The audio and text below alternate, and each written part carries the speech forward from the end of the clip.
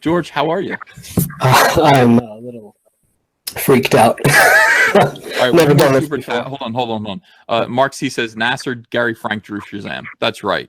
All right, that's fine. Now let's talk to George. George, what happened? My mic works, right? Yes. Yeah. Put your Hey, there's John Malin. Right. Hi. Welcome, John. Welcome. Hey, everyone. Happy New Year. Happy New Year, John.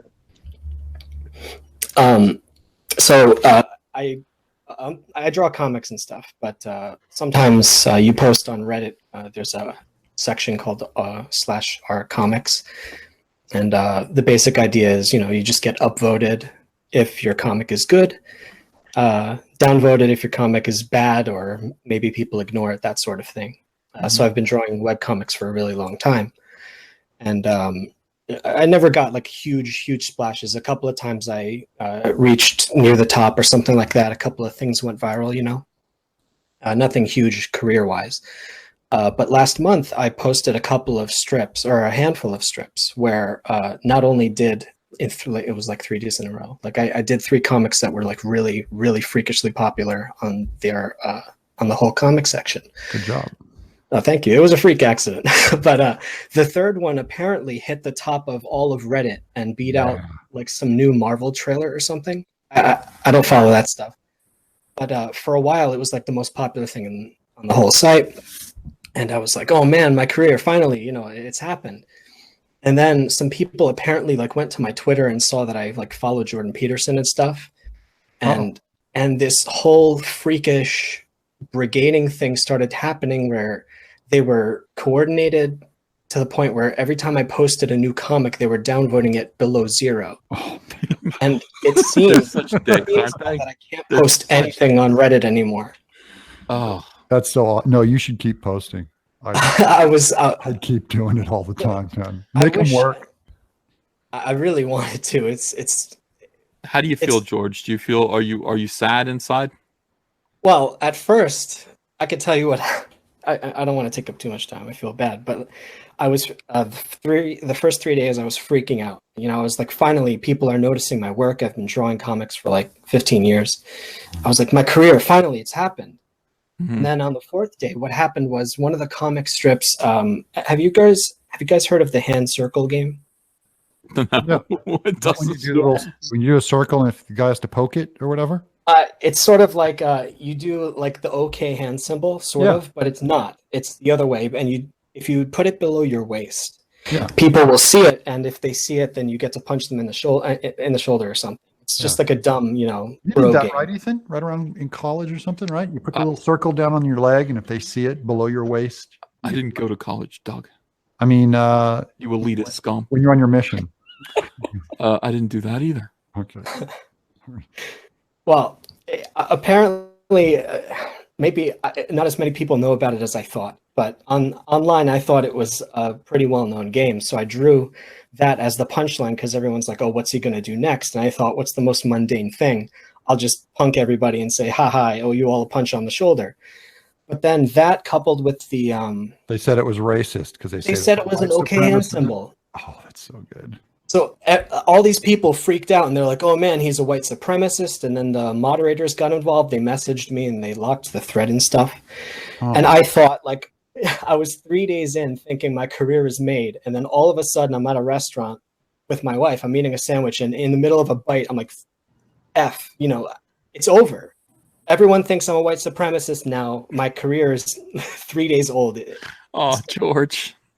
And so like, I can't get my stuff. I can tell. It's really. It was very frustrating. Yeah, I'm laughing because this is so familiar. We've all gone through it, and like nobody knows how you feel right now more than we do. Yes, you understand? Like we've been through it. Yeah. And it's easy to say what you need to do is grow a thick skin. Yeah. Learn to recognize that they're SJWs and what they're insane and they're mentally ill and imbalanced, and what they say doesn't really mean anything. Take pleasure in the fact that they're almost all of them have not succeeded or accomplished anywhere near what you have, and you've only just begun. And With that said, it hurts when it happens. well, of course it does, but you have to learn to not let it hurt. Yeah. You have to. Yeah, I must have reacted really poorly because the more defensive you get, the more it looks like you're guilty or hiding something, you know? Yeah. George, your story really hits home for me, mostly because I'm the guy who started the campaign against you. I knew it. Oh, I feel bad. He was just kidding around, and he triggered an avalanche on you. They believed you, man. I owe you an entire bouquet of oopsie daisies. Oh man. Yeah, it sucks. But you know what? I mean, the thing about it is that this is an organized campaign. They do this on the internet. It doesn't mean anything in real life. I know the internet feels like real life when you're an artist and you're showing your work on the internet, but it doesn't really mean anything in real life. And you can still succeed gloriously within people who and for people who aren't crazy. Yeah. Simply state, I'm not a white supremacist. I don't hold those viewpoints. These are lies. And then proceed to continue to succeed. You've got to just continue to rock it out. And by the way, your success is going to make them crazy and angrier and angrier. And George, you've got to continue to succeed in spite of and because of that. And that's the thing. I wake up every day and I know every single day the same dozen or so crazy people are looking to tear me down. And if you think about that too hard, it can make you not want to get out of bed in the morning. I think about it in a different way now. I think about how I can do great things today that are going to, make my fans happy and make them crazy, make them mad, make them realize that it's not working. It's called becoming anti-fragile. That's the other thing. And you're going to have to adjust your audience. This was because I did the same thing in web comics, and in twee audiences, you'll get a higher percentage of people that are offended by that stuff. It is slightly balanced out. For every time you get a thumbs down, there's people too afraid to even give you a thumbs up, but they're on your team, and they'll send you messages in private. Yeah, they'll support you secretly, but you'll have to adjust your audience a little bit and find the people who are as angry about what happened to you as we are. And there's thousands of them out, thousands and thousands who will pay for your career. Dude, there's so many. Here's the thing about it. The really neat thing about being Comicsgate, and I'm afraid you're Comicsgate, is that you lose half of the audience that doesn't have any money anyway.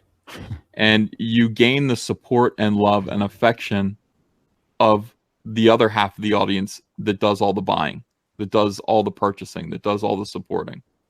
So as long as you provide them good work and never let them down, you're going to do just fine. You're going to do just fine.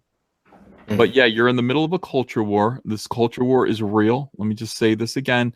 For people who don't think this is real, for people who think this is just paranoia, the culture war is real. There are people actively trying to destroy the careers of anyone who they perceive to be that they get afraid of. Anyone that SJWs become frightened of. They got to get you back in line. Yeah, they don't want you back in line. Once you're out, you're out. Yeah. They don't get you back in line. They want the next guy to think twice is all. Right, exactly. You're done. You're done there. That look at oh my gosh, look at the Me Too movement and all this stuff. It's like that the way they treat, they kind of unperson you. They cancel you. They cancel you out. You don't exist anymore. They call it canceling. But it's a culture war. Everyone has to choose a side. There's people who think that they're too smart, too clever, too rich, too talented, too famous. All of these things for this to affect them. They are wrong. Those are the people who are most likely to get the most negative attention from SJWs when they come for you.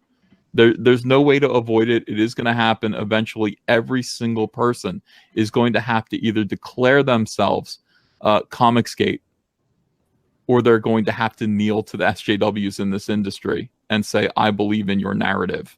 diversity is everything, blah blah blah. You know. Yeah. So that's the choice everyone's going to have to make. Eventually, they will find you. It is Invasion of the Body Snatchers. They will point and shriek, and they will force you to do either one or the other. I mean, you know. So I don't know what your politics are. You follow Jordan Peterson. He's a great guy. He's a friend of mine. And I promise you that that's enough to set them off.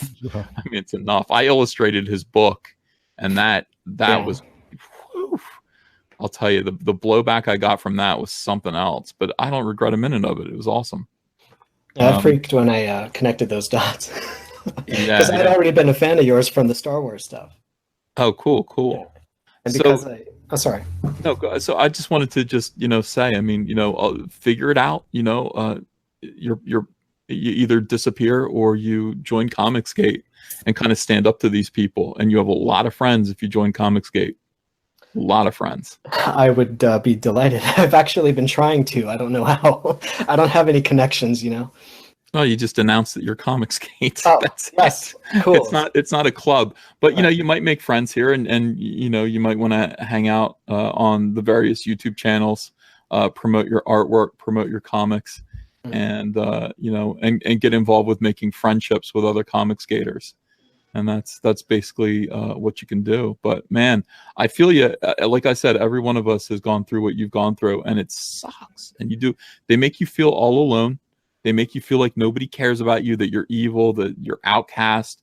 They can really ruin your day. They can ruin your week or month. They make ruin you feel your year. nasty at work. What? I said they can make you feel like Nasser does at work. Oh yeah. Total outcast. Eating hot dogs in your car. Oh.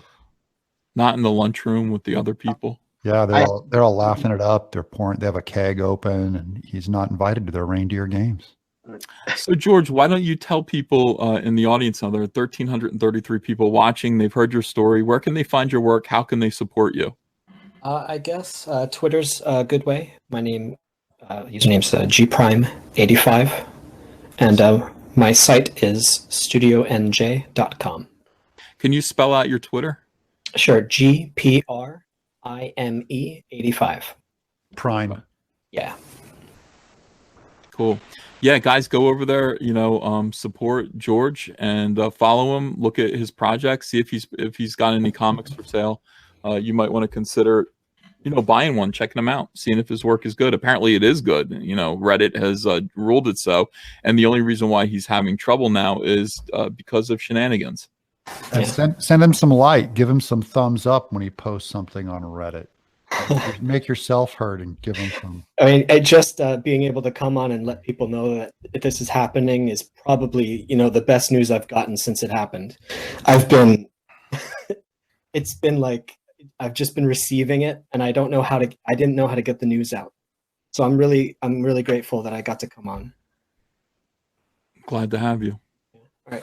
Thanks, guys. I don't want to take up any more of your time. Thanks for coming on. Yeah, George, stay in touch, okay? You got it. I just followed you, George. All right. Thanks, guys. Thanks so much. I'll try to be in touch. All right, pal. All right. Take care of you. Yes. Yeah, that's why aliens will never initiate first contact, and they will always enforce the Prime Directive on humanity. We're way too dumb. I mean, it's like, this guy, does he seem like a Nazi to you? I mean, No. Guy's a cartoonist.